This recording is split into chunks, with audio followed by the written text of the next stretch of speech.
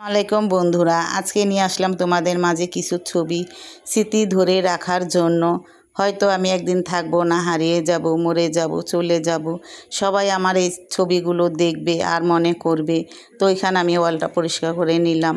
তো এই যে তোমার ভাইয়া আমাকে টাকা দিচ্ছে, একদিন বলবে যে আমার বউ আমার ছবিগুলো তুলেছে, দেখবে আর মনে করবে, কান্না করবে। আর এই যে আমাকে আমগুলো খাওয়াইতেছে, আম আমার অনেক প্রিয়, এই জন্য আম খাওয়াচ্ছে আর ছবি তুললো। আয়রামণি আর ফারহানা ওরা নাস্তা করতেছে, আমিও করে নিলাম। আর আয়রামণি আমার ভিডিওর কাছে অনেক সাপোর্ট করে। আয়রামণি বলে যে দাদি তুমি যেভাবে ছবি তুলবা, ভিডিও করবা, আমি তোমার সাথে থাকবো, আর কেউ থাকুক আর না থাকুক। মাশাআল্লাহ, ওর কথাগুলো শুনলে আমার মনটা ভরে যায়। তো কখনো আমার সামনে এই থাকলেও ও আমার সাথে ভিডিওগুলো করে নেয়। আর আমি ফুল ফ্যামিলি নিয়ে ভিডিও করতে পারি না, কারণ যে যেভাবে থাকে সেভাবেই আমি ভিডিও করি। আমার মেয়ে আসে না, ছেলে আসে না। তো তোমার ভাইয়াকে জোর করে রান্না করাইতেছি, সেটা দেখে একদিন বলবে যে আমার বউ আমাকে দিয়ে রান্না করেছিল, স্মৃতি হিসাবে থাকবে। মনে করবে কিনা আমি জানি না। তো আজকালকার দিন মনে করো ভালো নাই, কারণ কেউ মরে যায়, কেউ পড়ে যায়, কেউ অসুখ হয়ে যায়, কেউ পরকীয়া করে, কেউ দূরে চলে যায়। তো জানি না জীবনে কি আছে এই শেষ বয়সে। আর আয়রামণি সবসময় আমার পাশেই থাকে। তো বড় হলে থাকবে কিনা না থাকবে সেটা আমি জানি না, কিন্তু এখন আমার পাশে দুজনেই থাকে। খুব ভালো লাগে আমার, ওদের আনন্দ দেখলে আমার মনটা ভরে যায়।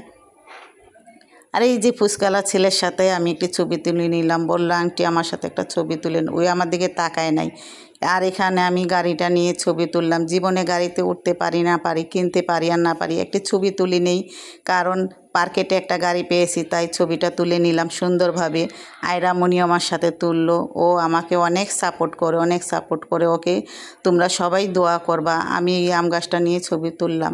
জীবনে কত কিছু, মানুষের অসুখ বিসুখ, মরণ, জীবন কত কিছু হয়ে যায়, পরকীয়া করে, কত কিছু করে এই বয়সে।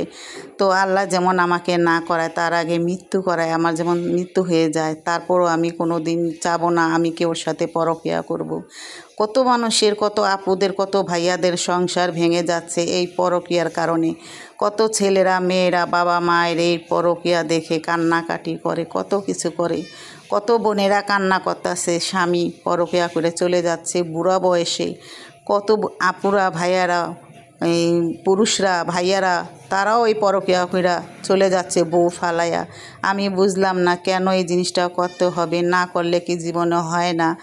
এই আজকালকার দিনে কত কিছুই আমি দেখলাম, কিন্তু বেশি দেখলাম পরকীয়া জিনিসটা। এই জিনিসটা দেখে মানুষের সংসারগুলো ভেঙে যাচ্ছে। আল্লাহর কাছে দোয়া করি কারোর যেমন এই দিনটা না আসে। সবাই দোয়া করবেন এই দিনটা যেমন কেউ না দেখে। সবাই কিছু, সবাই ভাগ দিতে পারে, কিন্তু স্বামীর ভাগ কেউ দিতে পারে না। গরিব হোক ধনী হোক সবাই চায়